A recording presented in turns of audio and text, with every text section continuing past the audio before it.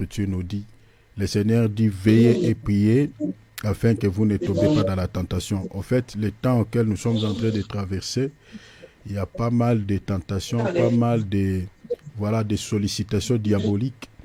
Mais le Seigneur dit pour que nous puissions faire face à ces choses, nous devons avoir l'attitude de la prière. Nous devons se fouguer dans la prière, rester dans la présence de Dieu pour que nous ne puissions pas tomber dans la tentation. Nous connaissons les tentateurs. Les tentateurs, c'est le diable, comme il avait tenté le Seigneur dans la Bible. Et il ne cesse de suivre, de poursuivre aussi la femme, comme l'Écriture nous montre dans le livre d'Apocalypse 12.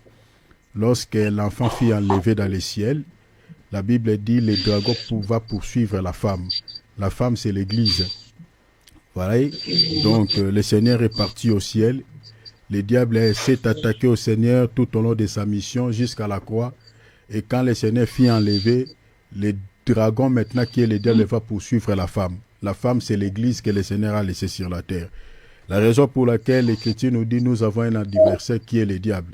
Il cherche tout le temps à nous malmener, à nous traiter, mais le Seigneur ne nous a pas laissé les mains vides. Le Seigneur nous a laissé avec quelque chose que nous devions faire face contre cette entité. Le Seigneur dit, en mon nom, vous les chasserez. En mon nom, vous chasserez les démons. Donc nous devons toujours s'accrocher au nom de Jésus-Christ. Le nom de Jésus, c'est un nom que nous citons dans la prière, que nous avons l'habitude de citer dans la prière quand on prie. Mais le nom de Jésus, selon la Bible, c'est aussi la parole. Selon l'écriture d'Apocalypse, chapitre 19, verset 13. Donc, c'est-à-dire tout celui qui a la connaissance des Écritures, tout celui qui a la parole de Dieu en lui, c'est-à-dire a la capacité de pouvoir mettre hors d'état de nuire cette entité qui porte le nom de Satan, qui porte le nom du diable. Si vous avez la connaissance de la parole de Dieu, parce que le diable ne se plie que devant la parole de Dieu. La Bible dit, il lui a été donné le nom qui est élevé au-dessus de tous les noms, et qu'au nom de Jésus-Christ, tout genou fléchira. Quand on dit au nom de Jésus-Christ, tout genou fléchira, rappelez-vous, lors de son 40 jours de jeûne et prière, le Seigneur n'a pas vaincu le diable par quoi que ce soit, si ce n'est par la parole. Le diable est venu avec une connaissance erronée pour pouvoir détourner le Seigneur de la volonté de Dieu. Il a essayé de manipuler les Écritures, mais il était en face de la parole. Le Seigneur s'est attaqué de lui et a mis hors d'état de nuire ces derniers par les Écritures. C'est pour cela que nous conseillons toujours aux enfants de Dieu de pouvoir avoir la connaissance de la parole. Si vous avez la connaissance de la parole de Dieu, là vous avez le nom de Jésus. Parce que son nom c'est la parole. Et c'est par les Écritures que vous allez pouvoir mettre à chaque fois hors d'état de nuire ces derniers quand il cherchera à vous compliquer la vie. Il est puissant, c'est Jésus. Il est puissant. Il est puissant, c'est Jésus. Il est puissant. Il est puissant, c'est Jésus. Il est puissant. Il est puissant, c'est Jésus. Il est puissant. La main cachée, c'est toi. La main est cachée. La main cachée, c'est toi, Jésus. La main est cachée. Il est vivant. Il est vivant. Il est vivant. Il est vivant. Oh, le Tout-Puissant, c'est toi, Jésus. Le Tout-Puissant. Le Tout-Puissant, c'est toi, Jésus. Merci, Seigneur. Alléluia, Alléluia. Oh, Alléluia. Alléluia, Alléluia. Oh, merci, Papa. Merci, Seigneur. Alléluia, Alléluia. Oh, Chiloé, merci Seigneur. Je ne sais pas ce qui se passe dans ta vie, Je ne sais pas ce que tu souffres. Demande à lui qu'il te touche. Demande à Jésus qu'il te touche. Sa main n'est pas trop courte pour toucher. Il dit, ma main n'est pas courte pour guérir. Si tu es malade, pose ta main là où tu te sens mal. Demande à Jésus, touche-moi. Si tu as des problèmes, pose ta main dans les cœurs. Demande à Jésus, touche-moi. S'il te touche seulement, ce problème te lâchera. Jésus, touche-moi. Touche-moi. Touche-nous. Touche-nous. Touche nos problèmes. Touche nos problèmes. Nos maladies. Nos maladies. Nos situations. Nos bien-aimés. Oh, nos épouses. Oh, nos maris. Voulons être sauvés. Nous voulons être affranchis, nous voulons être guéris, nous voulons être bénis. La main visible, la main de Dieu, la main du Père, la main puissante qui peut toucher sans douleur, qui peut guérir. Sans cicatrice, qui peut toucher, oh, sans douleur, qui peut guérir. Sans cicatrice, nous voulons être sauvés, oh, nous voulons être affranchis, nous voulons être guéris, nous voulons être bénis.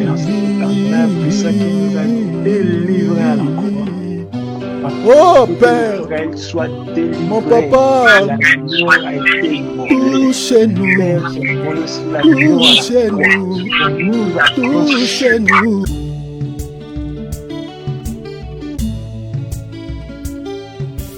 Nalingaka yo, nasepela na yo, nalingaka yo. Nasepela na yo mwana na Nzambe. Nalingaka yo, nasepela na yo, nalingaka yo, nasepela na yo, molingami malamu bolingo nanga.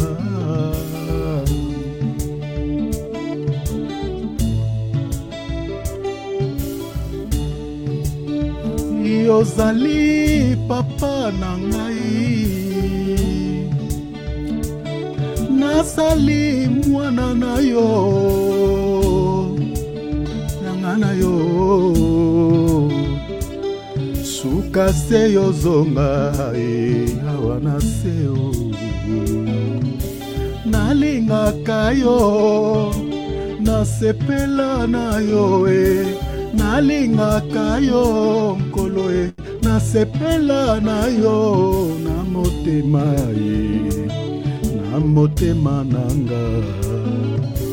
Toka bwana te o, totika na te o, toka bwana te o, totika na te o, ata na pasi ata na bisengo toka bwana te o, totika na te o, toka bwana te o, totika na te o, mwana na Nzambe, bolingo nanga.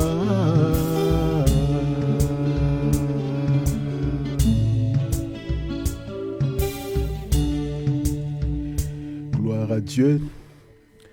Que le nom du Seigneur soit béni. La chanson que j'ai chantée pour mes bien-aimés en français, Nalingakayo, veut dire je t'aime Seigneur. Tokabwanate veut dire qu'on ne se sépare pas. Atana pas, Satana bisengo, c'est-à-dire même si dans la souffrance, même si dans des circonstances très très compliquées de la vie, qu'on ne se sépare pas. Donc, au fait, je chantais la parole qui dit « Rien ne peut me séparer de l'amour de Christ, ni les choses présentes, ni les choses à venir. » C'est ça le résumé de la chanson que je chantais. Prenons nos Bibles, chers enfants de Dieu. Prenons nos calepins. Gloire à Dieu. Voilà, nous sommes en train de partager sur un faux pas peut ruiner tout son avenir. Un faux pas peut ruiner tout son avenir. J'avais déjà expliqué les faux pas qui peuvent ruiner l'avenir d'une personne. Donc là, nous sommes en train de partager sur chaque ligne, nous sommes en train de voir à la lumière des Écritures les erreurs que nous commettons dans la vie qui peuvent ruiner notre futur. Alors, j'avais parlé déjà sur la première ligne. Là, nous sommes attelés, je crois, sur... Aujourd'hui, nous allons toucher sur la cinquième ligne, je pense, si je m'abuse. Hein. Donc, la cinquième ligne ou la quatrième ligne, mais je crois que c'est la cinquième ligne. Donc, dernièrement, on avait partagé sur la quatrième ligne. On avait abordé sur l'avortement, on avait partagé, on avait vu à la lumière des Écritures que Dieu est contre l'avortement. J'avais évoqué l'écriture de Exode qui dit, le Seigneur, nous avions vu à la lumière des Écritures, dans Exode chapitre 23, verset 26, le Seigneur dit que dans mon pays, il n'y aura ni femme qui avorte. Donc, j'aimerais lire, faire une petite récapitulation rapidement. Le Seigneur dit, il n'y aura dans ton pays ni femme qui avorte, ni femme stérile, je te donnerai une longue vie. J'avais expliqué cette écriture d'abord dans la dimension révélationnelle, et puis j'étais descendu aussi dans la doctrine, j'avais expliqué cette portion de l'écriture par rapport à l'avortement. Donc, dans la dimension d'abord spirituelle, les pays dont on fait mention, j'avais dit, nous avions dit tantôt que les pays là, ce n'est pas les pays ou nos pays quand les pays d'Israël, parce que en lisant les textes, le Seigneur était en train de s'adresser à l'Israël, que dans ton pays, il n'y aura ni femme qui avorte. Mais si vous regardez bien en Israël, il y a eu des femmes qui étaient stériles, vous comprenez, parce qu'il dit ni femme qui avorte, ni femme stérile. Mais en Israël, il y a eu des femmes stériles. Vous voyez, nous avons le cas de notre sœur Anne. Vous comprenez? Le cas de notre sœur Anne, qui était stérile. Il y en a tant d'autres à part Anne qui étaient aussi stériles. Même l'épouse de notre bien-aimé David, vous comprenez? La fille de Saül, qui était aussi stérile. Le Seigneur l'avait frappée par la stérilité. Il y en a tant plusieurs femmes en Israël qui étaient stériles. Donc, en lisant cette écriture littéralement, vous allez penser que le Seigneur était en train de s'adresser à l'Israël dans la chair. En réalité, c'était une prophétie qui concernait un peuple qui n'est rien d'autre que moi et toi, l'Église. Parce que c'était un langage allégorique. Vous comprenez? Et le pays dont on parle ici, ce n'était pas l'Israël. Parce que si c'était l'Israël, cette écriture devait s'accomplir de manière littérale dans la vie de ce peuple. Mais on a vu que dans la vie de ce peuple, il y a eu des femmes qui ne mettaient pas au monde, des femmes même qui avortaient. Alors, cette écriture, nous avions dit qu'elle concernait l'Église. Le pays dont on parle ici, ce n'est pas le pays dans la dimension physique, mais c'est le pays qui est dans la dimension spirituelle, qui n'est rien d'autre que l'Église. Selon l'écriture de 1 Pierre chapitre 1 verset 9, où le Seigneur dit que l'Église est considérée comme étant une nation sainte. Donc une nation, c'est un pays. Alors la femme dont on parle ici, ce sont les chrétiens, parce que l'Église aussi, c'est une épouse. Alors la Bible dit, ni une femme qui avorte, ni une femme stérile. Nous avions dit que la femme qui avorte ici, c'est la femme lorsqu'elle reçoit la sémence, qui n'a pas la capacité de garder cette sémence, au final, elle avorte. Oui, elle fait sortir, c'est-à-dire elle rejette cette sémence. Alors que l'Église ne peut pas être une femme qui avorte, mais doit être une femme qui garde la sémence jusqu'à l'accouchement. Vous comprenez, qui garde la sémence jusqu'à l'accouchement. Comme on a vu dans l'écriture, j'avais évoqué l'écriture d'Apocalypse chapitre 12, où on voit une femme enceinte, et la Bible dit, pendant qu'elle était en train de faire le travail, c'est-à-dire pendant le développement de l'enfant, la femme était dans la douleur, dans les douleurs de l'enfantement. Au final, on a vu cette femme donner naissance à un enfant. En fait, c'est ça l'image de l'Église. Nous devons garder la sémence jusqu'à l'accouchement. Or, accoucher, c'est sans l'enlèvement. C'est ça l'enlèvement. Accoucher, c'est l'enlèvement. Parce que l'enfant qui fut enlevé dans les ciels, cet enfant-là, c'était le Fils. Vous voyez, Jésus. Or, l'Église, c'est ça Jésus. L'Église, c'est le corps de Jésus. Vous comprenez? Donc, c'est-à-dire l'Église qui doit être enlevée, c'est ça, cet enfant-là. Alors, donc nous devons garder la sémence, c'est la sémence qui nous permettra d'être enlevés. Donc, si vous ne gardez pas la sémence, il n'y a pas l'enlèvement. Vous comprenez? Alors, nous avions dit qu'il y a des femmes aujourd'hui qui avortent, alors que selon les Écritures, le Seigneur ne tolère pas l'avortement. La femme qui avorte, c'est une personne qui écoute la parole, un chrétien qui est l'épouse du Seigneur, mais lorsqu'elle écoute la parole, elle n'a pas la capacité, vous comprenez, cette femme, de garder la sémence de l'homme. C'est-à-dire, ce sont des chrétiens, bien qu'ils reçoivent la sémence, mais au fait, n'ont pas de matrice qui peut supporter le poids de cette sémence. Ce sont des chrétiens qui ne sont pas libérés, vous comprenez, avec tous les soucis du monde. Lorsqu'elle reçoit la sémence, elle l'avorte. L'avortement ici, c'est rejeter la parole. L'avortement ici, ce n'est pas respecter la parole, ne pas mettre la parole de Dieu en pratique. Vous voyez? Parce qu'une femme qui met la parole de Dieu en pratique, c'est celle-là qui garde la sémence. Mais celle qui ne garde pas la sémence, elle la rejette et puis elle vit, voilà, comme toute femme stérile. Alors, nous avions expliqué ça, j'avais expliqué beaucoup de choses par rapport à ça. J'aurais du mal à retourner, répéter tout ce que j'avais dit. Alors, donc nous avions compris que par rapport à cette écriture, Dieu est l'avortement. Dieu déteste l'avortement. Dieu n'aime pas les femmes qui avortent. Donc, même dans la doctrine comme ça, avorter un enfant ou avorter la sémence, c'est un péché. Comprenez? Parce que les femmes, parce que dans plusieurs pays, dans plusieurs nations, si vous regardez sur Internet, l'avortement est légalisé. L'avortement est légalisé, c'est légal. Dans plusieurs pays, ça vous pouvez regarder, ce sont des informations qui se trouvent sur le net. Il y a certains pays où l'avortement est légalisé du premier trimestre, hein, c'est-à-dire pendant les 3 mois.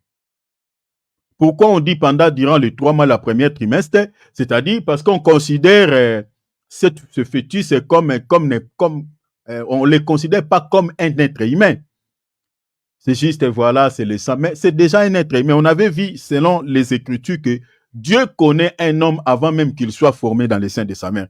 Jérémie chapitre 1er, verset 5. La Bible dit, avant que je t'ai formé dans les seins de ta mère, je te connaissais. Dieu nous connaît avant même notre formation dans l'utérus de nos parents. Maintenant, quand on dit c'est juste un fœtus, c'est juste une semaine, c'est juste un mois, mais c'est déjà un être humain.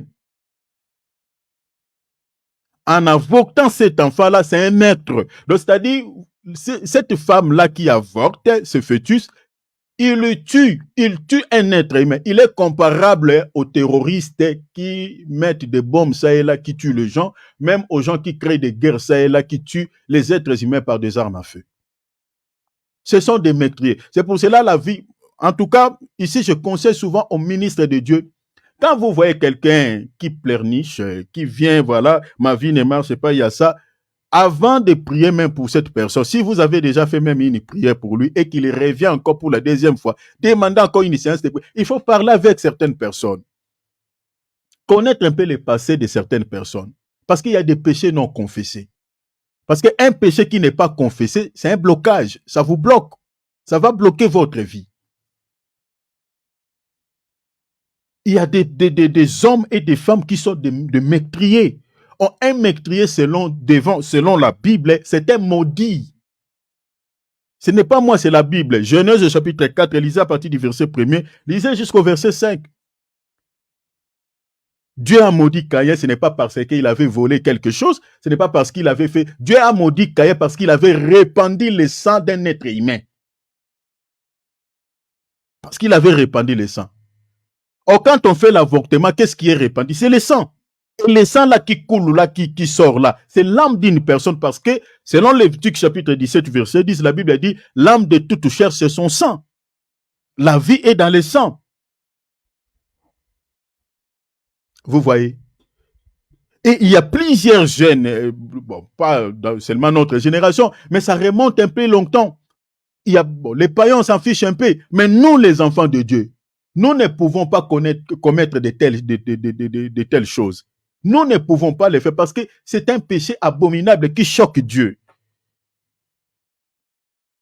cet enfant-là, peut-être, c'est lui qui pouvait peut-être vous faire sortir de cette souffrance. Même si tu as eu cette grossesse dans les péchés, tu vas demander pardon.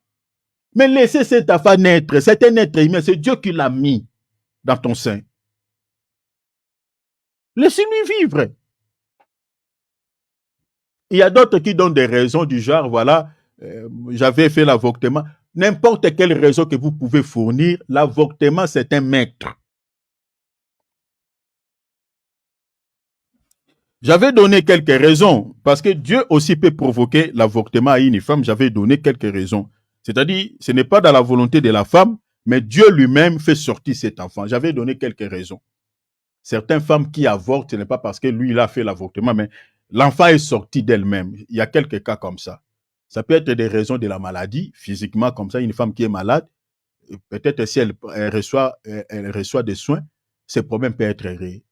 Il y a des problèmes aussi qui sont liés à la spiritualité. Vous voyez? Mais Dieu aussi peut faire sortir un enfant de l'utérus de sa mère pour plusieurs raisons que j'avais évoquées ici. Peut-être un enfant qui est déjà ensorcelé. Le Seigneur sait que cet enfant-là, s'il le laisse en vie, il sera toute une carie dentaire pour la vie de ce couple-là. Le Seigneur peut faire sortir cet enfant par l'avortement. Peut-être c'est un enfant qui vous créera beaucoup de soucis.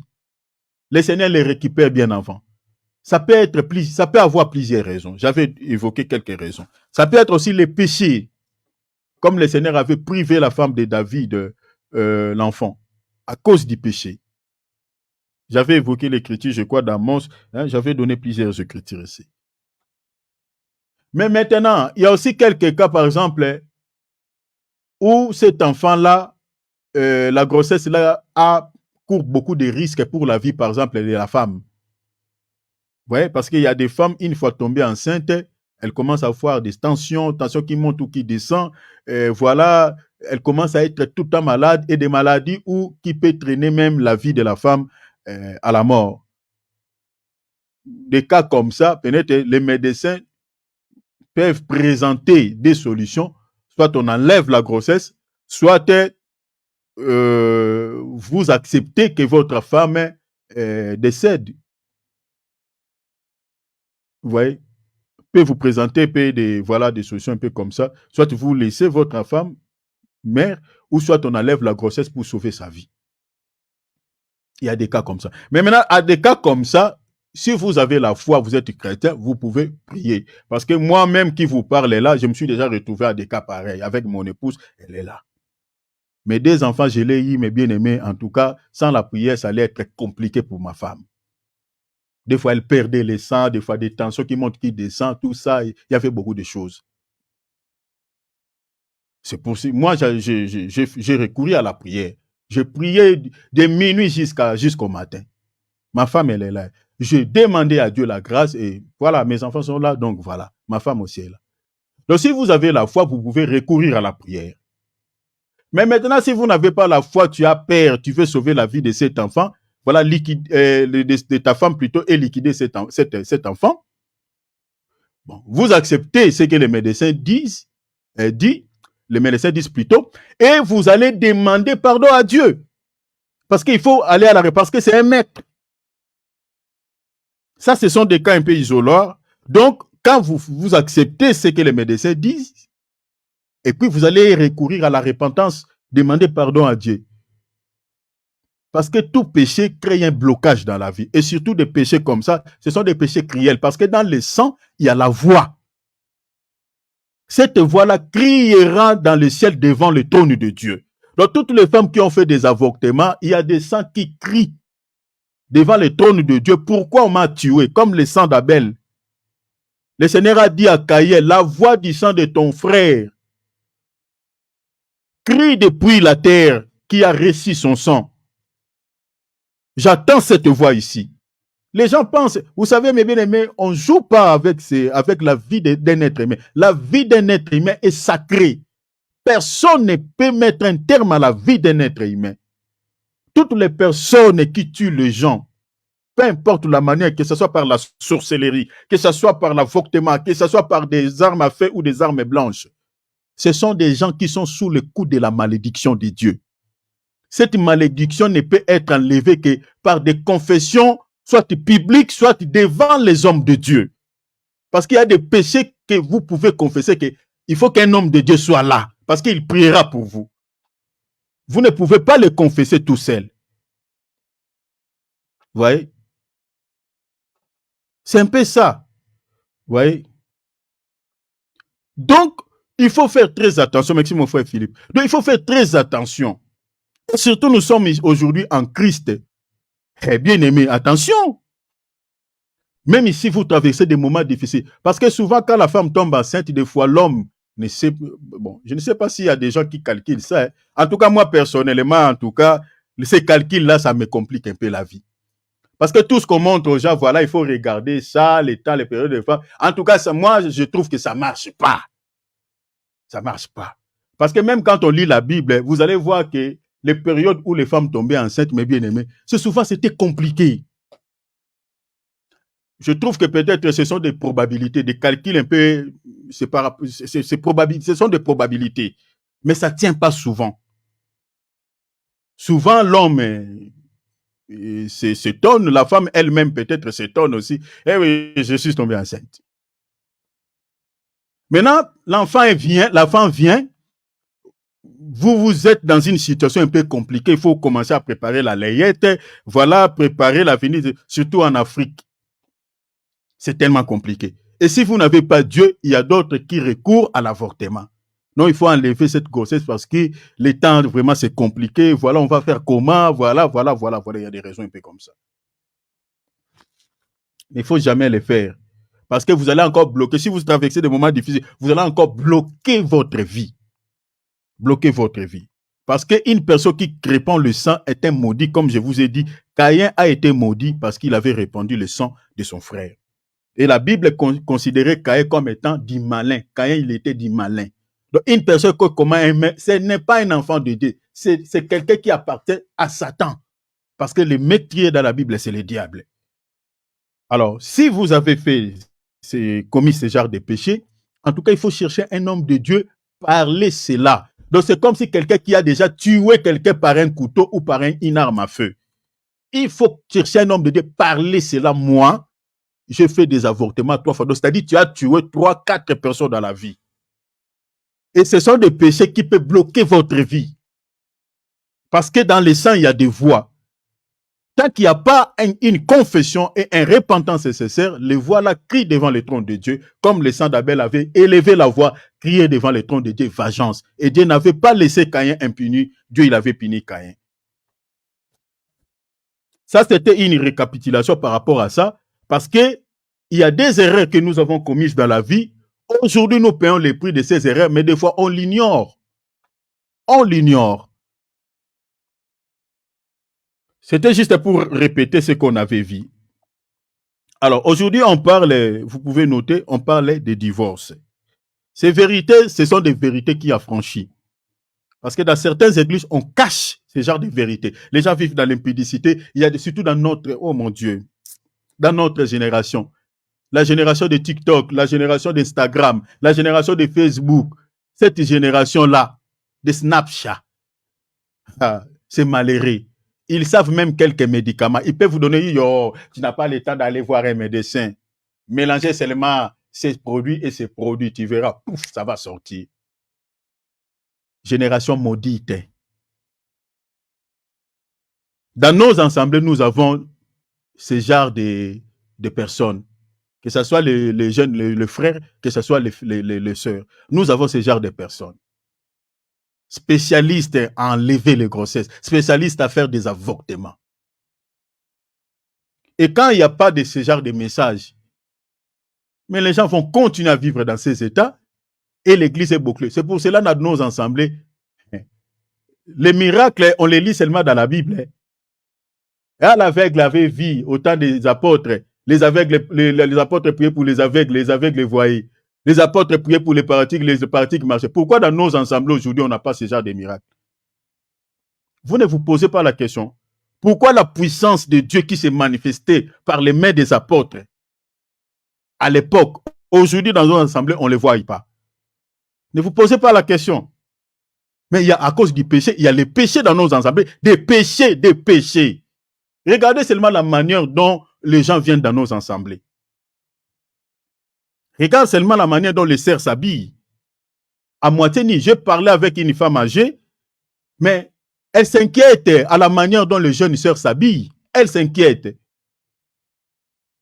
Il y a un jeune frère qui était allé parler à un serviteur de Dieu. Mais le serviteur de Dieu, c'est comme s'il est aveugle. Il commence à compliquer les frères, demander tous les détails. Mais toi-même, quand tu montes au haut de la chaise, tes yeux ne voient pas. Tu ne vois pas. Et nous voulons vivre la puissance de Dieu. Et on cache la vérité aux enfants de Dieu. Voilà, la puissance de Dieu. En fait, l'action de l'esprit est rétrécie, est réduite. C'est compliqué. Les divorces. J'ai relevé quelques questions ici. Est-ce que Dieu est pour les divorces ou contre? Parce qu'aujourd'hui, on en a marre. On en a marre. Retenez, je parle d'un faux pas qui peut ruiner tout son avenir. On en a marre. On voit les serviteurs de Dieu divorcer. C'est divorcer. Les chrétiens n'en parlons pas. Déjà, si aujourd'hui on va prendre certains ministres de Dieu comme étant modèles qui se sont divorcés, donc c'est-à-dire dans les églises on aura plusieurs divorcés, donc des frères qui se marient et qui se divorcent parce que ils ont vu ça chez les leaders. Les leaders. Regardez comment Paul dit. Paul dit, soyez mes imitateurs comme je suis imitateur de Christ. Si on va imiter vraiment nos pasteurs, certains serviteurs de Dieu, on va vivre aussi nous tous comme eux. Hein? Parce qu'il y a des serviteurs de Dieu qui se sont mariés 2 fois, 3 fois, 4 fois. Il y a d'autres qui vivent, qui ont des femmes à la maison, mais qui ont d'autres partenaires à l'extérieur.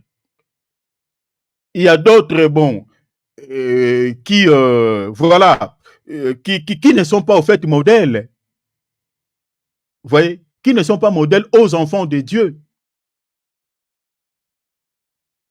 En Afrique, n'en parlons pas. Bien qu'il y en a aussi tant en Europe, aux États-Unis, ça et là. Mais en Afrique, n'en parlons pas. N'en parlons pas. N'en parlons pas. Les divorces au milieu des enfants de Dieu est devenu monnaie courante. Est devenu monnaie courante. Donc, on l'attend souvent, souvent, souvent, souvent. Et les gens qui divorcent, ce sont des gens qui étaient censés être modèles, d'être imitateurs, comme Paul le dit. Soyez mes imitateurs comme celui de Christ. Mais si on va imiter nos aînés là, mais c'est compliqué. C'est compliqué. Mais aujourd'hui, je vais relever quelques cas. Est-ce que pour ces cas-là, pour ces quelques cas de figure, est-ce qu'on peut divorcer avec son mari? On peut divorcer avec sa femme? Question. Le divorce est-il biblique? Que dit donc la Bible par rapport à ce sujet? La Bible dit quoi par rapport à ce sujet? À quel moment le divorce peut-il avoir lieu selon la Bible? Parce qu'il y a quelques cas où l'homme ou la femme peut demander le divorce. Mais on va voir à la lumière des Écritures. Est-ce que le divorce peut-il avoir lieu du moment où l'un des époux présente un danger pour la vie de l'autre? Par exemple, bagarre tout le temps, tentative d'assassinat, en arme blanche ou arme à feu, empoisonnement, sorcellerie, maladies contagieuses comme sida, peste, voyez, tuberculose, ainsi de suite. Ce sont quelques cas, quelques soucis qui peuvent avoir lieu dans les mariages. Mais maintenant, on peut se divorcer lorsqu'il y a ces soucis dans les mariages. L'autre veut tuer. Quand il y a des discussions, il y a bagarre, voilà. L'autre tient une arme à feu ou soit une arme blanche. On peut se divorcer. Et voilà, tu as attrapé ton mari sorcier ou ta femme sorcière. Est-ce qu'on peut se divorcer selon la Bible lorsqu'il y a un tel cas, lorsqu'il y a un tel souci? Empoisonnement, par exemple, assassinat, tout ça, sida, peste, tout ça, tuberculose, peut être une cause de divorce. Que dit la Bible? Faut-il les séparer ou les divorcer? Est-ce qu'il y a-t-il une différence entre le divorce et la séparation? On va voir maintenant à la lumière des Écritures. Par rapport à tous ces cas que je présentais, tous ces cas de figure. Parce qu'il y a bien des cas. Il y a d'autres, par exemple, qui se divorcent avec leur femme pour cause par exemple, d'impolitesse. Est-ce qu'on peut donner à sa femme une lettre de divorce parce que la femme est très impolie? Parce qu'aujourd'hui, c'est ça ce qu'on voit. On peut se divorcer parce que mon mari n'arrive pas à me satisfaire. Parce qu'il y a des femmes qui veulent rompre avec son mari parce que son mari, entre guillemets, impuissant. L'impuissance sexuelle peut être aussi une cause de se divorcer. Ce sont des cas comme ça. Vous connaissez quelques cas, la liste est non exhaustive. Mais avant d'entrer dans le vif de notre sujet, parce que il faut comprendre pourquoi je suis allé là-bas. Pourquoi je suis allé là-bas. Surtout ici, je suis en train de m'atteler pour nous les jeunes. Nous les jeunes. Les vieux, bon, ça va un peu quand même. Surtout nos mamans, bon, aujourd'hui sont avec leur mari. Mais notre génération, c'est une génération perverse, une génération maudite, une génération qui n'écoute rien, qui ne veut rien savoir. Une génération qui a l'éducation de la rue, l'éducation des réseaux sociaux. Parce que c'est sur les réseaux sociaux que d'autres jeunes filles, que d'autres jeunes garçons reçoivent quoi? Des mauvais conseils. Surtout cette histoire des influenceurs et des influenceuses qui détruit carrément notre jeunesse. Quelqu'un qui est en train de parler une histoire de mariage, mais lui-même n'est pas marié. Donc vous allez voir une sœur qui est là, une influenceuse. Donc elle est là, c'est elle qui donne des conseils aux femmes, qui produit des conseils. Voilà, il faut, voilà, si tu es avec ton mari, si elle fait comme ça, tu vas faire. Voilà. Elle produit des conseils peu bidons. Et cela pousse certaines jeunes femmes voilà, voilà, de vivre en impolitesse vis-à-vis de leur conjoint. Et il y a des maris qui ne supportent pas cela, qui donnent des lettres de divorce à leurs épouses. Notre génération ramasse l'éducation dans la rue. Il refuse l'éducation des parents. Il refuse l'éducation le conseil des hommes de Dieu. Mais il préfère rester des heures du temps en train d'écouter une femme impudique, une mauvaise femme, soi-disant une influenceuse, qui est en train de donner le conseil du mariage. Ou soit d'un influenceur qui est en train de prodiguer de faux conseils à un homme. Que voilà, la femme, c'est juste comme un objet, il faut... Il y a des jeunes qui écoutent ça. Notre génération, c'est une génération parfaite. Voilà pourquoi nous qui sommes là, mes bien-aimés, faisons attention. Je parlais avec mon frère David. Elle s'est rappelée de ce que je dis souvent, comment nos jeunes ici se comportent sur la toile. Elle me dit, mais regarde ce que tu parlais. Je dis, cette génération est déjà sous le coup du jugement de Dieu. Je ne pense pas, je parlais à la manière des hommes, je dis, je ne pense pas que le monde auquel nous vivons restera encore plus longtemps sur la terre. Je ne pense pas même 5 ans. J'ai dit, je parlais à la manière des hommes. Est-ce que tous ces cas de figure que je présentais ici peut-il être une cause de divorcer, de se divorcer? Je vais expliquer quelque chose. Vous savez, chers enfants de Dieu, un couple qui ont déjà fait des enfants, que ce soit un enfant, 2 enfants, peu importe, qui se divorce, chers enfants de Dieu, vous savez les plus touchés, c'est qui? Quand on se divorce, quand l'homme et la femme se divorcent, s'il y a 2 enfants déjà au milieu, vous savez les plus touchés, ceux qui seront plus touchés dans cette séparation, vous savez c'est qui? D'abord, c'est les enfants.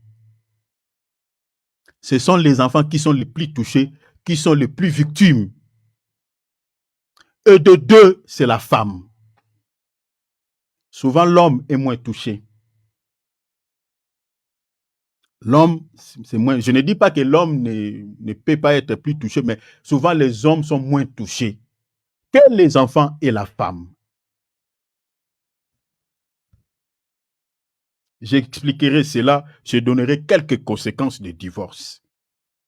Quand l'homme et la femme acceptent de se divorcer, s'il y a des enfants, je parlerai des conséquences. Je parle à guise de cause parce que j'ai la femme. Prenons par exemple quand les mariages présentent quelques soucis. Des soucis peut-être qui peuvent traîner, comme je viens de dire, quelques cas, par exemple, quelques dangers par rapport à la vie de l'autre. Par rapport à la vie de l'autre ou de l'un des époux. Par exemple, tentative d'assassinat, de poison, ou quand il y a bagarre, l'un des époux peut tenir, il utilise toujours des instruments. Il y a toujours tentative de poignarder ou de, voilà, de mettre un terme à la vie de l'autre. Ou par exemple, il y a les cas, par exemple, des maladies contagieuses où l'un des époux, peut-être par manque de vie de sainteté, qui vit dans une vie d'adultère, va attraper, par exemple, une maladie, par exemple, contagieuse comme le sida, ou soit, même pas par une vie d'impudicité comme on avait le Covid ici, voilà, l'un des époux va attraper le coronavirus, parce qu'il y a des couples qui se sont séparés. Je connais ici en Europe, je connais un cas de couples qui se sont séparés à cause de cela, parce que le mari avait attrapé le Covid et la femme a demandé le divorce directement, parce qu'elle a refusé de mourir. Il y a des cas comme ça, d'une peste, voilà, contagieuse, tuberculose, ainsi de suite. Est-ce que tout ça peut être une raison pour laquelle l'homme ou la femme peut donner, ou l'un des époux peut donner à l'autre une lettre de divorce? J'aimerais qu'on lise une écriture. Lisons la Bible. Prenons 1 Corinthiens, chapitre 7, verset 12 à 16. 1 Corinthiens, chapitre 7, verset 12 à 16. Je lis au nom de Jésus. 1 Corinthiens, écrit 1 Corinthiens,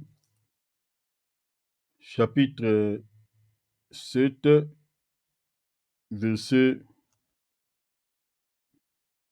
12 à 16. Voilà, je lis au nom de Jésus-Christ. Je lis au nom de Jésus-Christ. Aux autres, ce n'est pas moi, ce n'est pas le Seigneur, c'est moi qui dis. Si un frère a une femme non croyante, la Bible dit, si, voilà, et qu'elle consente à habiter avec lui, qu'il ne le répudie point. Verset 13. Et si une femme a un mari non croyant, et qu'il consente à habiter avec elle, qu'elle ne répudie point son mari. Verset 14. Car le mari non croyant est sanctifié par la femme, et la femme non croyante est sanctifiée par les frères. Autrement, vos enfants seraient impurs, tandis que maintenant, ils sont saints. Si les non-croyants se séparent, qu'ils se séparent, les frères ou la sœur ne sont pas liés dans ces cas. Dans ces cas-là, Dieu nous a appelés à vivre en paix. Car que sais-tu? Que sais-tu, femme, si tu sauveras ton mari, ou que sais-tu, mari, si tu sauveras ta femme?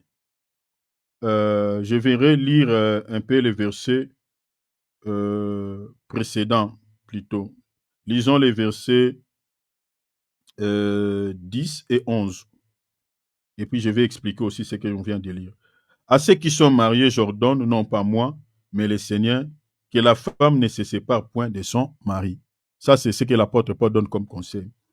Verset 11, il dit, si elle est séparée, qu'elle demeure sans se marier ou qu'elle se réconcilie avec son mari et que le mari ne répudie point sa femme.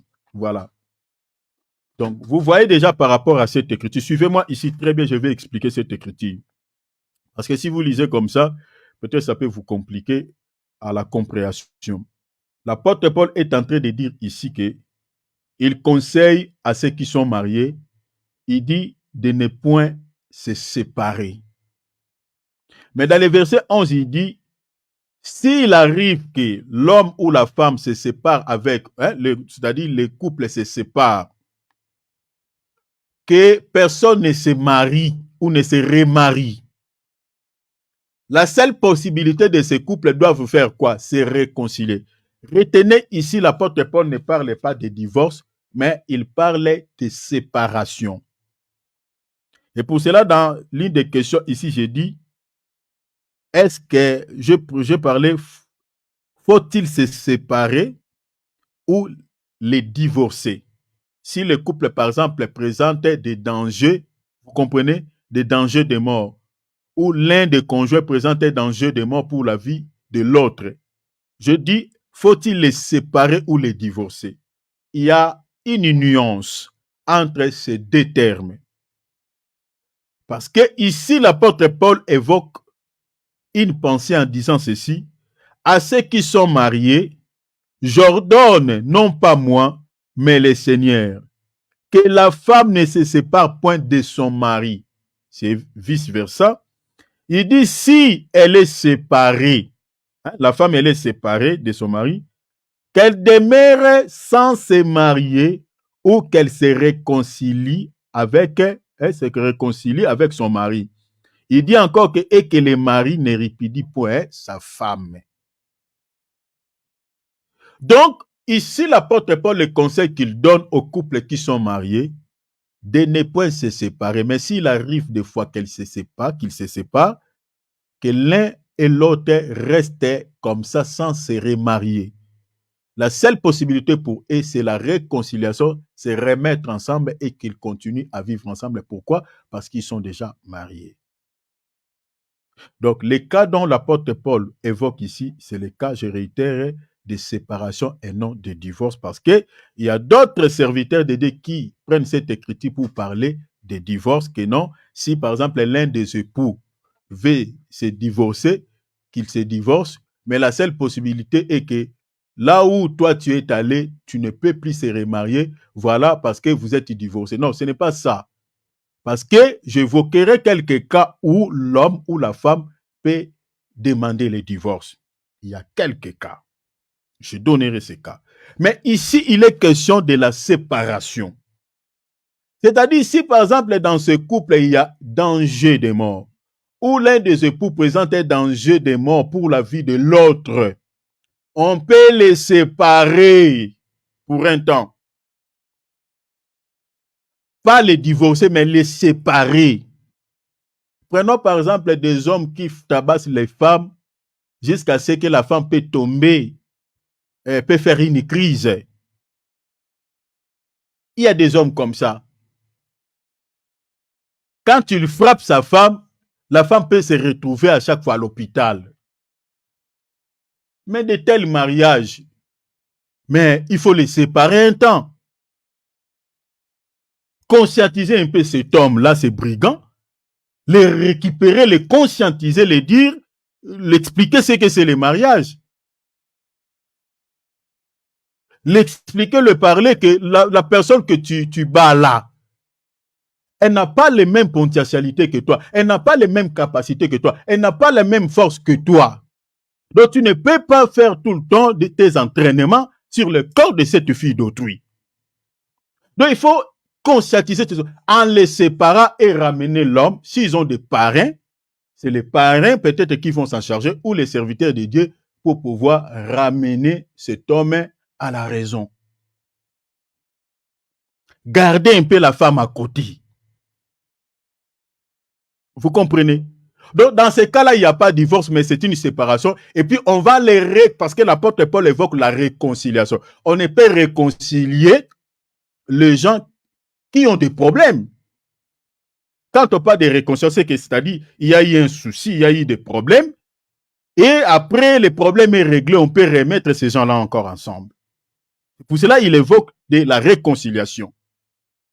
Donc, dans un couple, peut-il y avoir quelques soucis très graves qui présentent peut-être les risques de la vie de l'un des époux et les parents ou les serviteurs de Dieu peuvent les séparer pendant un temps et de résoudre d'abord ces problèmes pour protéger la vie de l'autre.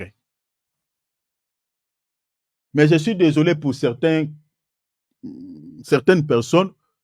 La femme peut-être va fuir peut-être chez ses parents parce que l'homme l'a tabassé jusqu'au point qu'elle a frôlé la mort. La femme a fui chez eux. Mais vous allez voir, ça je l'ai vu en Afrique. Hein. Les parents, la femme vient là avec l'œil gonflé. On récupère la fille, on l'accompagne encore dans les mariages. On vient les remettre entre les mains de son mari. Mais c'est pour la tuer ou quoi? Il y a d'autres qui ne comprennent pas certaines choses. Vous voyez, quand l'homme tabasse sa femme, il y a toujours un dégât. Mais non, il faut les séparer. Il faut les séparer, il faut conscientiser cet homme. Ça peut être aussi vice-versa. Il y a aussi des femmes qui sont plus fortes que les hommes.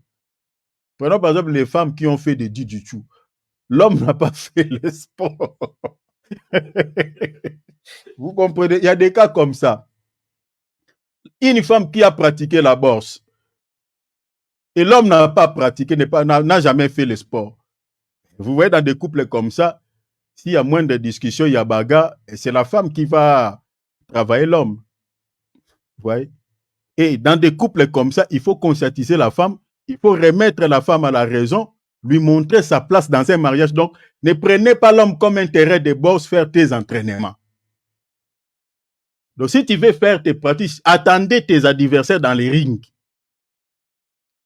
Les mariages, ce n'est pas un terrain, ce n'est pas les rings où tu peux, voilà, tout le temps cogner ton mari. Faire tes exercices. Donc, c'est ça. Dans le cas où, par exemple, l'un des époux est sorcier ou sorcière, là, vous pouvez les séparer. À un certain moment, il faut les séparer. Passer l'un des époux dans la délivrance et qu'il accepte aussi d'abandonner ça. Parce que sinon, l'autre là sera tout le temps victime. En tout cas, surtout ça là, je connais quelques cas de couples où un des époux qui souffre à cause quoi? À cause parce que l'un, il s'est marié avec quelqu'un ou quelqu'un qui est sorcier. Et vous savez, surtout la magie noire, c'est une magie qui nuit. Les premières victimes d'abord, c'est les prochains. Les premiers prochains d'abord, c'est l'un des époux. Ensuite, les enfants. Avant d'atteindre les gens qui sont à l'extérieur. Tentative d'assassinat, d'empoisonnement, tout ça. Il faut séparer ces couples. Enfin, vous allez les réconcilier après si l'un des époux est revenu à la raison. Ça, ce sont quelques solutions que la Bible nous donne par rapport au couple, s'il y a des soucis. Mais maintenant, pour les cas, par exemple, de divorce, à quel moment l'homme peut donner une lettre de divorce à sa femme? À quel moment que le divorce peut-il avoir lieu? Mais retenez déjà, Dieu n'a pas créé le mariage pour que l'homme donne une lettre de divorce à sa femme ou pour que la femme puisse divorcer avec son mari. Non, la pensée de Dieu, ce n'est pas ça. On va lire d'abord les Écritures. Prenons Matthieu. Tout à l'heure, on a vu l'apôtre Paul, il a parlé, mais je donnerai quelques cas. Lisons d'abord Matthieu 19, versets 1 à 10. Parce que je suis allé là-bas pour parler des conséquences. Parce que c'est bien bon, hein? Quand on se chamaille, l'homme et la femme, ah, allez là-bas, ah, toi, tout ça. Et toi, un jour, je vais te quitter, je vais t'abandonner. Continue à faire ça. C'est bien bon de faire ça. Mais retenez si vous avez des enfants. Ici, déjà, j'ai dit, les plus touchés quand on se divorce, les premières victimes, d'abord, c'est les enfants. Ensuite, la femme. L'homme, souvent, n'est pas vraiment trop touché quand on se divorce. Je ne dis pas que l'homme n'est pas touché, mais souvent, l'homme n'est pas vraiment souvent touché. Je donnerai quelques cas. Nous avons un cas ici d'une femme que je connais. Bon, je dis je connais, mais je ne connais pas vraiment. Mais dans le cadre du travail, le travail que nous faisons ici, en Europe, on avait raconté une femme, moi et mon bien-aimé David. La femme là est séparée depuis longtemps avec son mari. Mais la femme est là, vous savez, elle a fait un enfant avec ce monsieur, un enfant qui a déjà 10 ans, plus de 10 ans, même 10 ans, 11 ans. Vous savez qu'on était allé faire un travail chez elle, mais en allant là-bas, on devait chiffrer la maison. Mais vous savez, la femme, pendant qu'on était en train de parler dans les cadres professionnels du travail, la femme va quitter les cadres professionnels. Elle est entrée dans les cadres privés de sa vie. Elle commence à nous relater les soucis qu'elle a eu avec son mari, comment elles se sont divorcées. Elle nous parle que l'homme est déjà marié avec une femme, elle ne s'intéresse plus à son enfant, même la maison que je suis en train de construire ici, de rénover. Je ne sais pas, je vais habiter avec qui, la femme est plaire. Quand elle, vous sentez, elle dégage l'amertume, elle dégage la tristesse, elle dégage tout ce que vous connaissez, mes bien-aimés, comme amertume.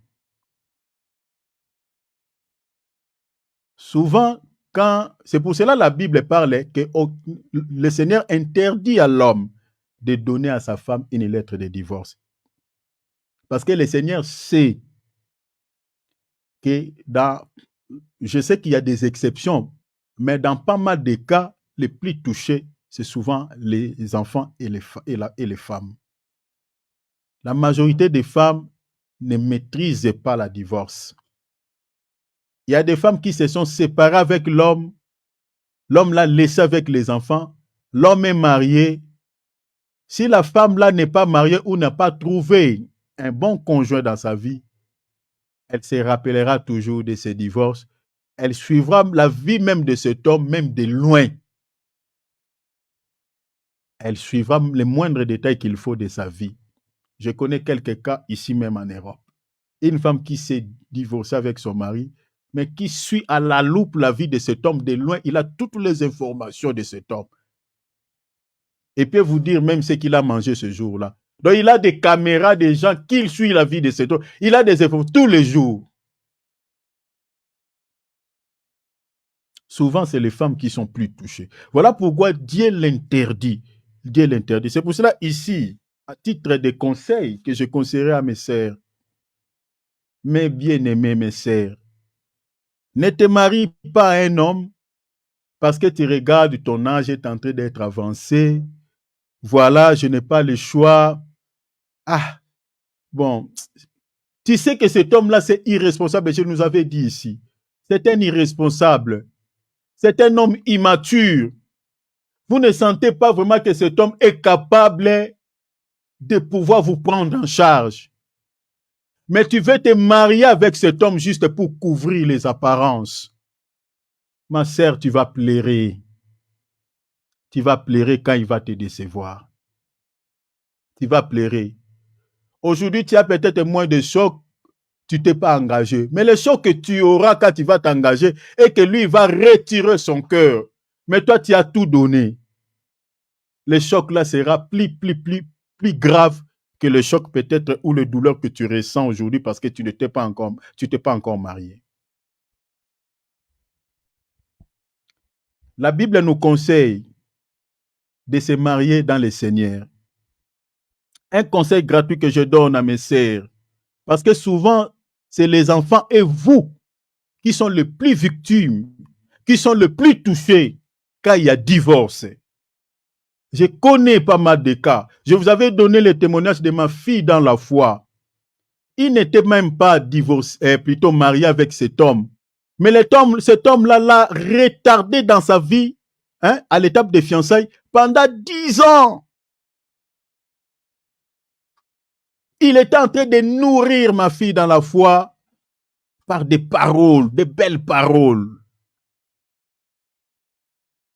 Faisons attention avec des hommes qui aiment parler, mais qui ne posent pas souvent des actes. Parce qu'il y a des hommes qui sont des bons parleurs, mais qui n'ont pas d'action. L'amour en parole n'existe pas. Si tu vis avec un homme, il te prend, il te propose, il te prend comme une fiancée, il te promet le mariage. Cher enfant de Dieu, cet homme-là ne te fie pas seulement aux paroles qu'il te dit tout le temps. Regardez les actes qu'il pose aussi. Un homme qui aime sa femme doit poser aussi des actes qui attestent, qui approuvent cet amour. L'amour en parole n'existe pas. Selon la Bible, l'amour en parole n'existe pas. L'amour passe toujours par des actes. Dieu a tant aimé, il a donné. La Bible dit, n'aimons pas seulement en parole, mais avec action et vérité. Avec action et la vérité. Tu vis avec un homme qui te nourrit seulement avec de belles paroles. C'est un aventurier.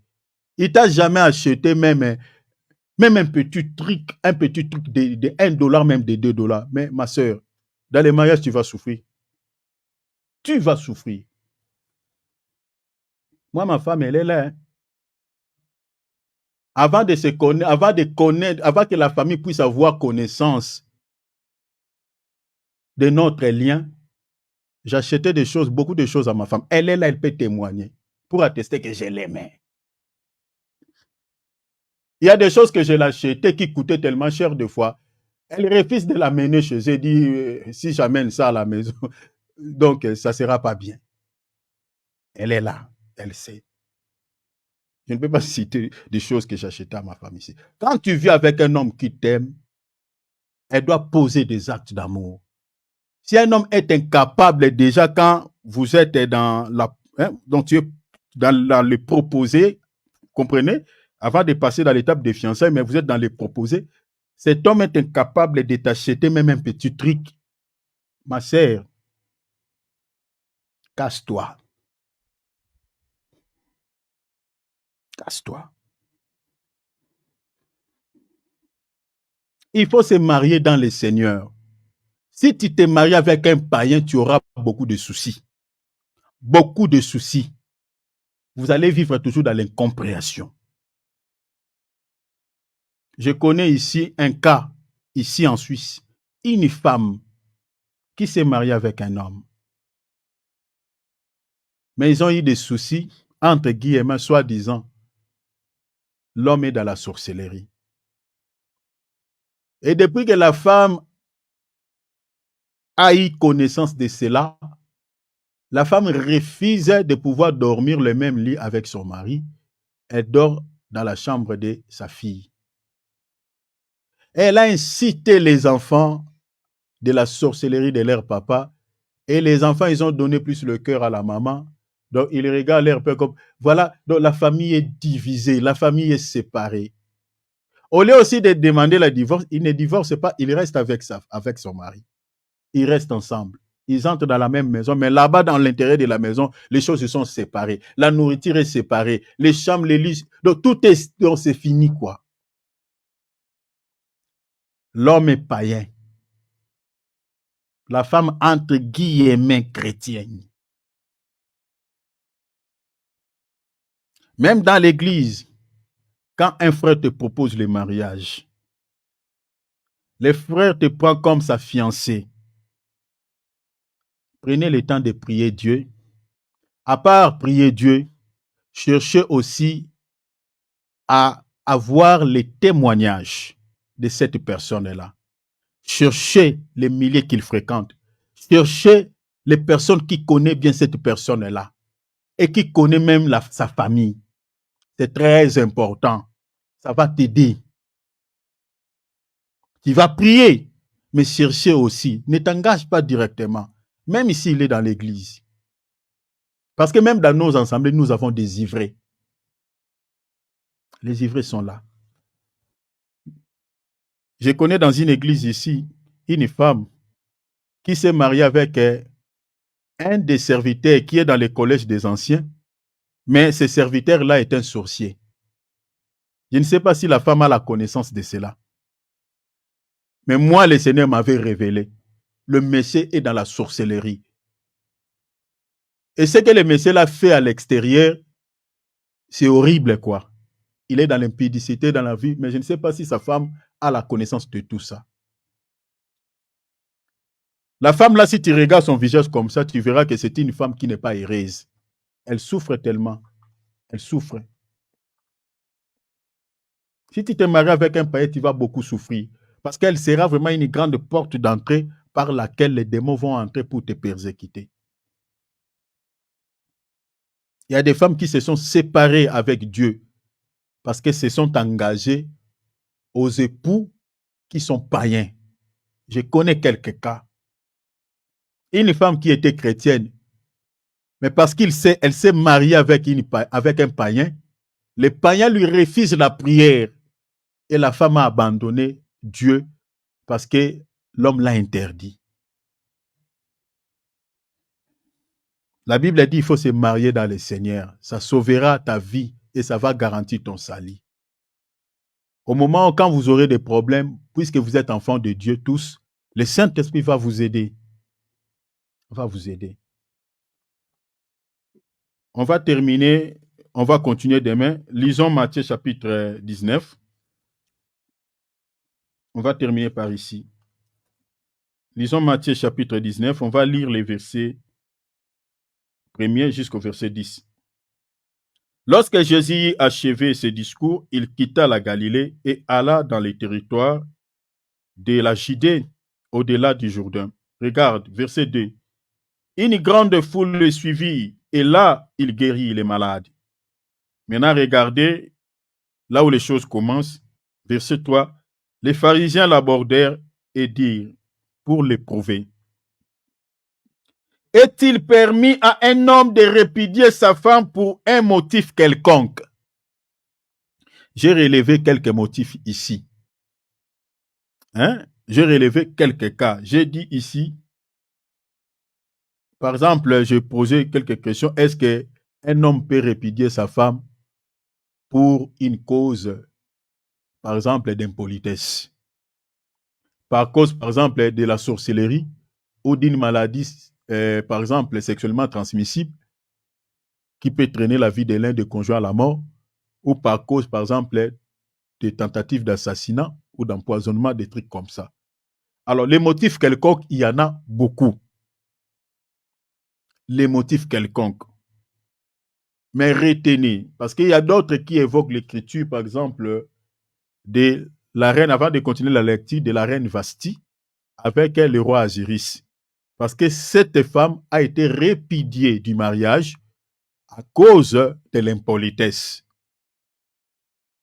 De l'impolitesse. L'homme, il a répudié sa femme, c'était à cause de cela. Ça, c'est un cas de figure qu'on retrouve dans la Bible. Ça se trouve dans les livres d'Esther. Lisez Esther chapitre 1er. Parce que la femme a manifesté l'impolitesse vis-à-vis de son mari et vu que c'était en public. Ici, je donnerai quelques conseils aux femmes. Même si vous avez quelques antécédents, quelques soucis avec ton époux. Des fois, l'hypocrisie n'est pas biblique, mais dans certains cadres, par exemple dans les couples, des fois, il faut faire l'hypocrisie. Ce n'est pas péché. Je dis que l'hypocrisie est un péché, hein, mais il y a dans certains cadres dans les mariages, l'hypocrisie n'est pas un péché. Peut-être je donne un exemple. Vous êtes en train de se chamailler avec ton conjoint dans la chambre. Tu sais, et toi, tout ça. Toi, tu joues avec moi, je vais te tailler, tout ça.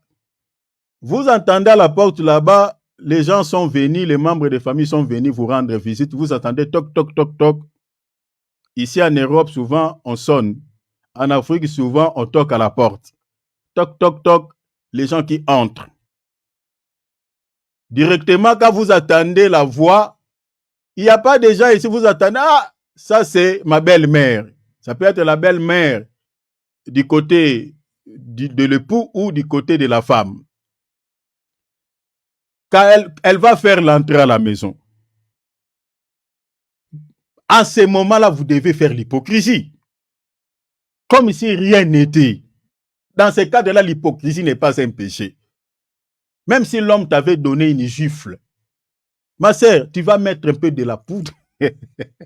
Tu fais semblant, tu fais l'hypocrisie. Vous revenez, mes bien-aimés, comme s'il n'y avait aucun souci, aucun problème.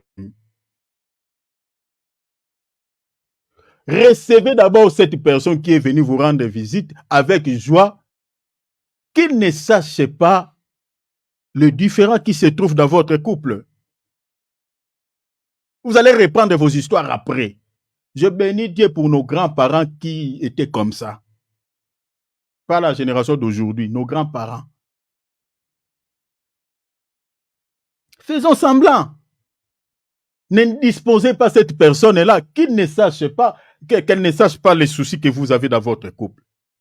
Recevez-la avec joie. Et maman, tu es venue. Oh, ça va, maman. Ah, ça va, ça va. Comment vous êtes? Ah, ça. Un peu de sourire. L'homme aussi fait l'hypocrisie. Vous les servez à boire, vous les servez à manger, tout ça. Quand la belle-mère va partir, vous retournez dans vos histoires.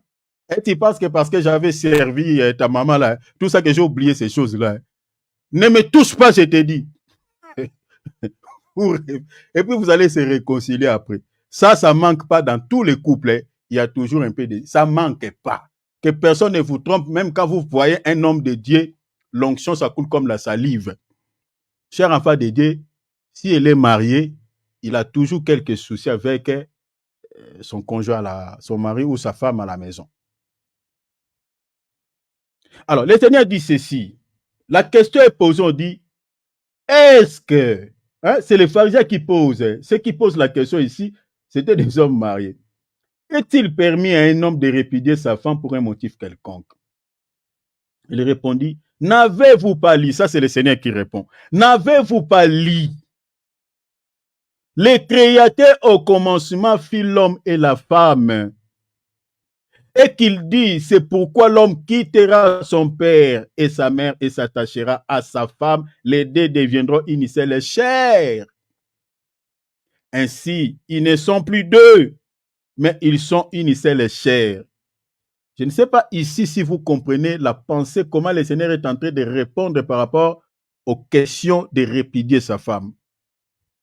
Le Seigneur dit, quand un couple se marie, quand il y a mariage entre l'homme et la femme, le Seigneur dit, ils ne sont plus deux, mais sont devenus un. Donc, c'est-à-dire, le Seigneur voulait tout simplement dire, la réponse là, au fait, la réponse que le Seigneur est en train de donner par rapport à cette question, c'est-à-dire, il n'y a pas raison de répudier parce que la femme est dans l'homme, l'homme est dans la femme, sont devenus un. Vous voyez ça? Parce qu'ils ont demandé, est-ce qu'il permis à un homme de répudier sa femme? Le Seigneur dit, mais le Seigneur a créé au commencement l'homme et la femme. Et puis il dit, l'homme quittera son père et s'attachera à sa femme. Les deux deviendront une seule chair. Et puis le Seigneur souligne, il insiste, il dit, ainsi ils ne sont plus deux, mais ils sont une seule chair. Donc c'est-à-dire, mais si vous voulez les séparer, maintenant quelque chose qui est devenu un. Donc si vous les séparez, c'est-à-dire l'un ne vivra plus. Vous comprenez? Il n'y aura plus la vie. Donc, il y a tellement vous devenez un. Maintenant, donc, il n'y a pas raison de séparer quelque chose qui devient un. On sépare ce qui est deux. Vous voyez la mathématique de Dieu? Quand il y a des choses, voilà, on peut les séparer. Il y a un à côté. Mais sont devenus un. Mais comment on peut séparer quelque chose qui est un? Vous comprenez la réponse du Seigneur? Donc, c'est-à-dire, Dieu est contre les divorces. Dieu est contre la répudiation. Vous voyez cela? Ça, c'est d'abord ça la réponse que le Seigneur donne. Ainsi, ils ne sont plus deux, mais ils sont une seule chair. Maintenant, il répète, il dit que l'homme donc ne sépare pas ce que Dieu a joint. Le mariage, ce n'est pas une institution de l'homme. Comme aujourd'hui, on voit les gens qui donnent des lettres de divorce, qui recourent, au lieu de recourir auprès de l'instituteur, celui qui a institué ces domaines, celui qui a institué le mariage, au lieu de recourir vers lui, Mais aujourd'hui, quand il y a moindre souci dans les couples, les gens recourent au tribunal, recourent à la mairie. C'est là où les gens vont souvent pour aller se plaindre, pour aller demander la lettre de divorce à sa femme ou à son mari. Que je ne veux plus de cette femme, je ne veux plus de son mari. Alors que les instituteurs du mariage, ce n'est pas nos autorités, ce n'est pas les maires, ce n'est pas les juges, mais c'est Dieu. C'est Dieu. Mais les gens recourent aux hommes. La Bible dit que l'homme ne sépare pas que ce que Dieu a joint. Donc, c'est-à-dire celui qui unit l'homme et la femme dans le mariage, ce n'est pas les parents, oh. Ce n'est pas au fait, les autorités, oh. Mais c'est Dieu. C'est là où déjà commence les dangers des divorces. Maintenant, quelque chose Dieu a rendu, hein, vous voulez les séparer. Vous voyez?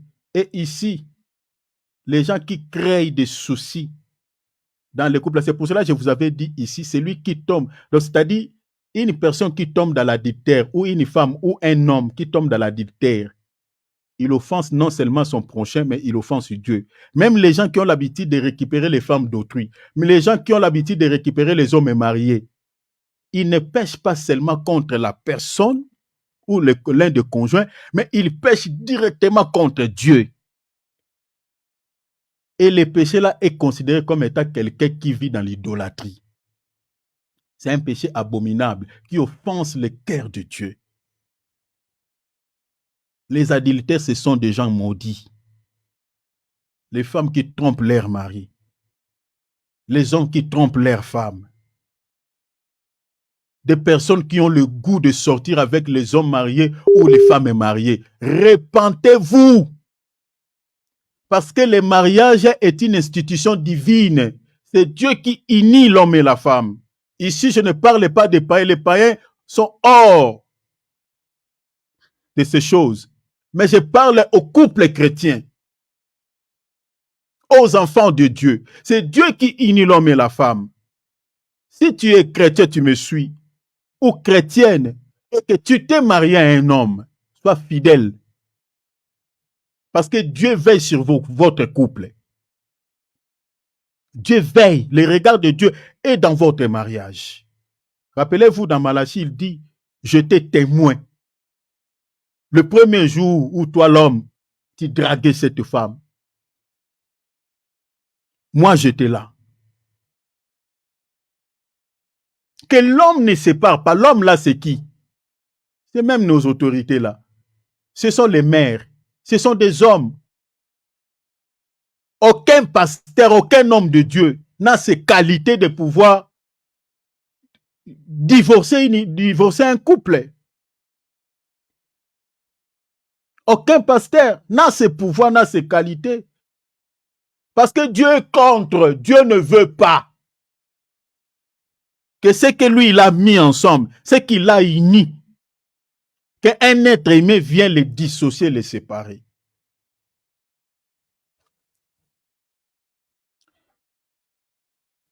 Je crois que mon temps est épuisé. On va continuer ici demain, parce que sinon je vais faire une longue vidéo. On va continuer demain. Mais retenez, chers enfants de Dieu, Dieu est contre les divorces. Ma sœur, tu n'es pas encore mariée. Mon frère, tu n'es pas encore marié.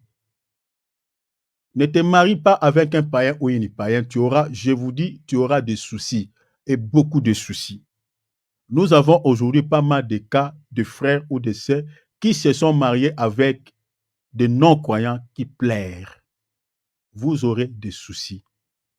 Mais s'il arrive que tu t'es marié avec un païen, ou tu es là au moment où nous parlions, que vous êtes déjà dans les mariages ou en couple avec quelqu'un qui est païen, la Bible dit quoi? Ne te sépare pas.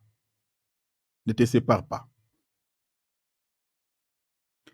Selon les conseils de l'apôtre Paul, comme nous venons de lire tout à l'heure là, dans 1 Corinthiens chapitre 12, verset 16, ne te sépare pas. Restez avec lui. Mais s'il arrive que le non-croyant là veut te quitter, veut se séparer avec toi. La Bible dit dans ces cas-là, vous n'êtes pas liés parce qu'il est non-croyant. Il peut partir, faire sa vie.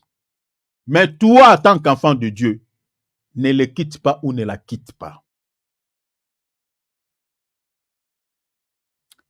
Parce que nous avons aujourd'hui certaines personnes qui étaient païennes, mais l'un des époux s'est converti au Seigneur, mais l'autre est resté païen.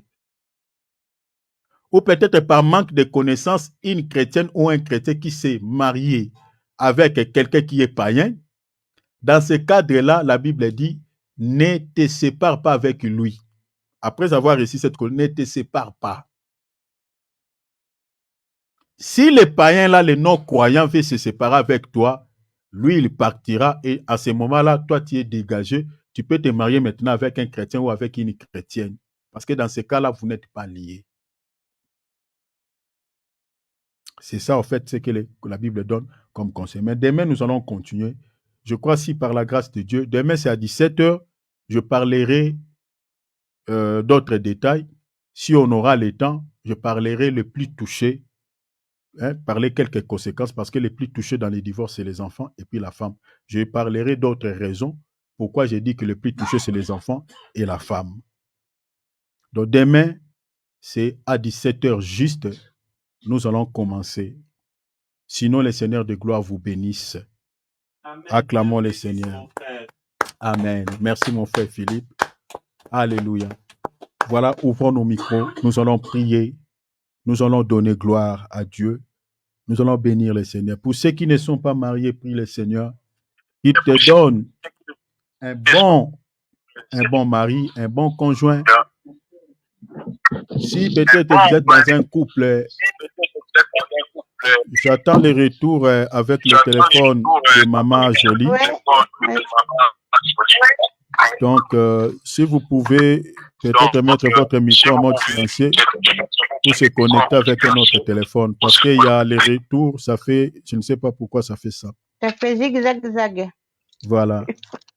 Donc, merci beaucoup, ma sœur Bernadette. Donc, si vous êtes dans un couple, vous avez des différends avec l'autre partenaire, ou vous avez des soucis, peut-être vous avez des questions relatives à cet enseignement, n'hésitez pas de me faire parvenir via un texto. Donc, cette question, avec la petite connaissance que nous avons par la grâce de Dieu, nous allons pouvoir vous répondre. Donc, un petit conseil, évitez des échanges de paroles dans les couples parce que ça ouvre les portes d'entrée aux démons. Évitez vraiment cela. Donc, il n'y a pas d'avantage. Voilà. Nous allons prier le Seigneur. Priez à la manière dont tu as écouté ces messages. Prions au nom de Jésus. Seigneur, merci pour le temps que tu nous donnes. Nous te bénissons, nous te rendons la gloire et l'honneur. Merci pour le temps que nous avons passé dans ta présence. Merci de nous avoir instruits, Seigneur. Merci de nous avoir donné, Seigneur, cette connaissance par rapport à ces sujets. Nous avons compris que, Seigneur, nous avons eu beaucoup de soucis dans nos vies. Beaucoup de soucis, Seigneur, dans le couple. Parce que, Seigneur, on n'était pas enseigné. Mais au travers de cet enseignement, nous avons compris que, Seigneur, nous devons, Seigneur, Seigneur, vivre, Seigneur, en gardant la parole, vivre, Seigneur, en respectant la parole, pour que nous ne puissions pas, Seigneur, donner l'accès à l'ennemi et permettre à cette entité de pouvoir détruire nos vies. Seigneur, je te prie d'aider mon frère, ma sœur, qui ne sont pas encore mariés. Aidez-les à faire un bon choix. Aidez-les, Seigneur, à ne pas tomber sur les panneaux de l'ennemi. Aidez, Seigneur, le jeune célibataire.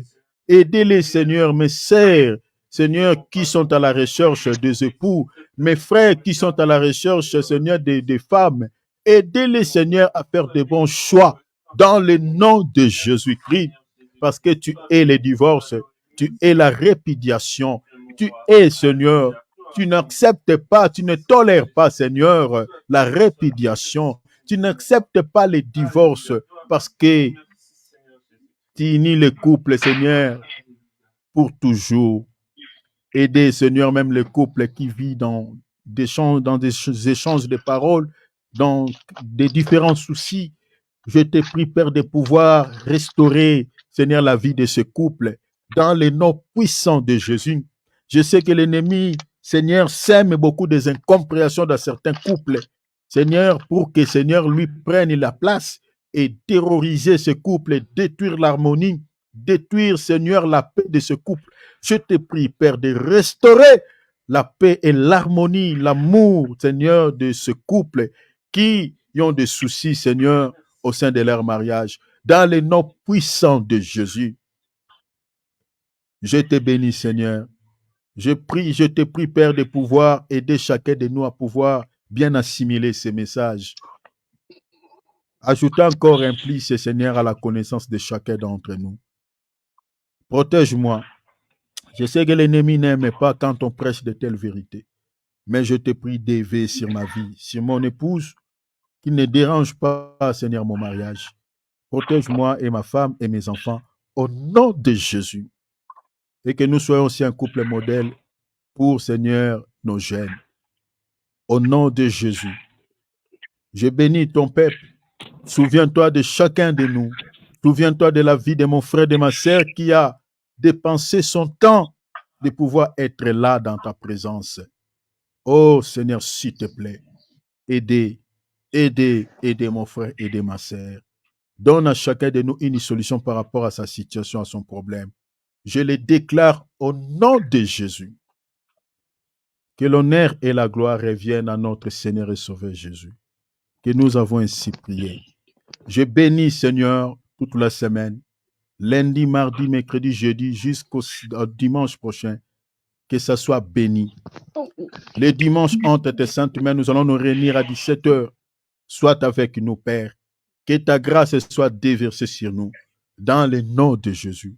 Éloigne de nous toute surprise désagréable de la part de l'ennemi, au nom de Jésus. Que ta paix, Père, je te prie, règne dans nos cœurs comme tu nous l'as promis, dans Jean 14, 27. Que votre cœur ne se trouble point et ne s'alarme point. Je vous donne ma paix. Je ne vous la donne pas comme les mondes la donnent. Au nom merveilleux de Jésus, que nous avons ainsi prié. Acclamons le Seigneur. Acclamons le Seigneur. Amen, amen. Alléluia. Que l'honneur, la gloire revienne à Jésus-Christ, notre Seigneur et Sauveur. Demain à 17h, nous allons continuer ce sujet. Sinon, portez-vous bien, passez très belle soirée. Mes bien-aimés, ne quittez pas vite. Merci, mon frère Philippe. Et toujours l'habitude de se saluer parce que nous sommes la famille de Dieu. Saluons-nous les uns les autres. Posez la question. Ah, c'est qui me salue? Ah, mon bien. Ah, ça va mon frère. Ah, ça va ma soeur. C'est ça la famille de Dieu. L'amour fraternel commence ici sur la terre. Et cet amour est manifesté par des actes. Parce qu'il y a d'autres qui se déconnectent vite. Mais vous allez où? Vite, vite. Saluons-nous les uns les autres, s'il vous plaît. S'il vous plaît. Voilà. Voilà. Mon frère Philippe, Dieu te bénisse. L'homme de Dieu Alex, Dieu te bénisse. Maman Nancy, sois bénie. Voilà. Ma sœur Alexia, Maëlle, sois bénie. Mon frère David, sois béni. Ma sœur Nicole, Dieu te bénisse. Voilà. Ma maman Adrienne, sois bénie. Maman Jolie, sois bénie. Maman Irène, sois bénie. Maman Irène.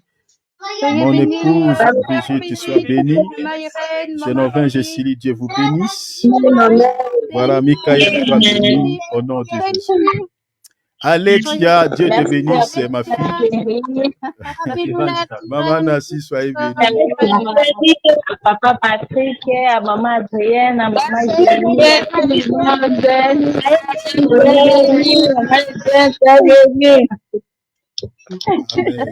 Merci. Amen. Béni. Amen. Bisous. Amen. C'est la maman. Maman Jolie. Amen, Alexia. Amen. Amen. Amen. Notre maman est bénie. Soyez bénis. Mes soeurs et frères. Amen. Merci beaucoup et bonne soirée. Bisous, ma sœur Nicole. Amen. La Grésie, hein. Et toutes mes sœurs, Maman Brigitte, et puis toutes les autres. Adrien, Maman Jolie, Amen. Maman Amen. Irène, et Maman Maman Brigitte, soyez bénie. Maman Adrienne, Papa Patrick, Papa Thierry, Maman Adrienne, Maman Maman Julie. Chérie, soyez bénie. Amen. Soyez bénie, Nicole, Babette, soyez bénie, serviteur Alex, Denis. Maman Nancy, frère Philippe, frère David, soyez bénis à tous. Merci, merci. Soyez bénis. Soyez Et Soyez bénis. Très belle soirée à Appelle tous. Amandine. Ça, vous avez entendu la voix d'Amandine, non? Amen. Bonne soirée. Allez, ciao, ciao. ciao. Ciao. Bisous, Bisous, bisous à tous. Bisous. à tous et Babylonette. Oui.